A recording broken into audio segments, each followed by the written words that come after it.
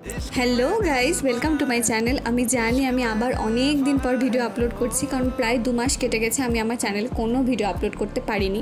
এই 2 মাসে অনেক কিছু ঘটেও গেছে যেটা আমি তোমাদের সাথে শেয়ার করতে পারিনি, কারণ আমি বাড়িতে ছিলাম। তারপর সেখান থেকে হায়দ্রাবাদ চলে যাই, সেখানে গিয়ে জবে জয়েন করি। এসব কিছুই তোমাদের সাথে শেয়ার করা হয়নি।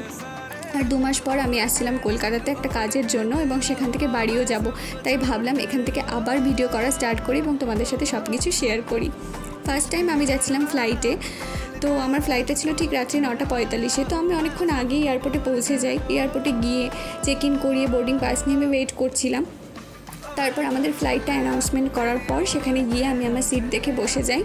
একটু নার্ভাস লাগছিল, আবার একটু এক্সাইটেডও ছিলাম, কারণ যেহেতু ফার্স্ট টাইম ছিল আমার ফ্লাইট জার্নিটা। ভাবছিলাম কীরকম হবে না হবে। তবে সত্যি বলছি, এত দূরের রাস্তা জাস্ট 2 ঘন্টায় পৌঁছে গেলাম। ভীষণ ভালো লাগছিল আর ভীষণ মজা লাগছিল। আর সত্যি বলছি, আমার একটুও কোনো অসুবিধা হয়নি। ফ্লাইট জার্নিটা আমি ভীষণ ভালোভাবে এনজয় করেছি।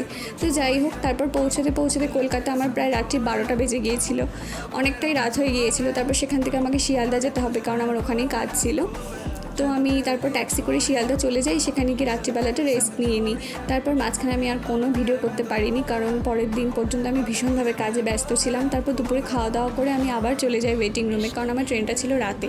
তারপর একেবারেই দেখো বাড়িতে পৌঁছে বাড়ির স্টেশনের সামনে এসে তোমাদেরকে ভিডিও করছি। যাই হোক, দেখা হবে পরের ভিডিওতে।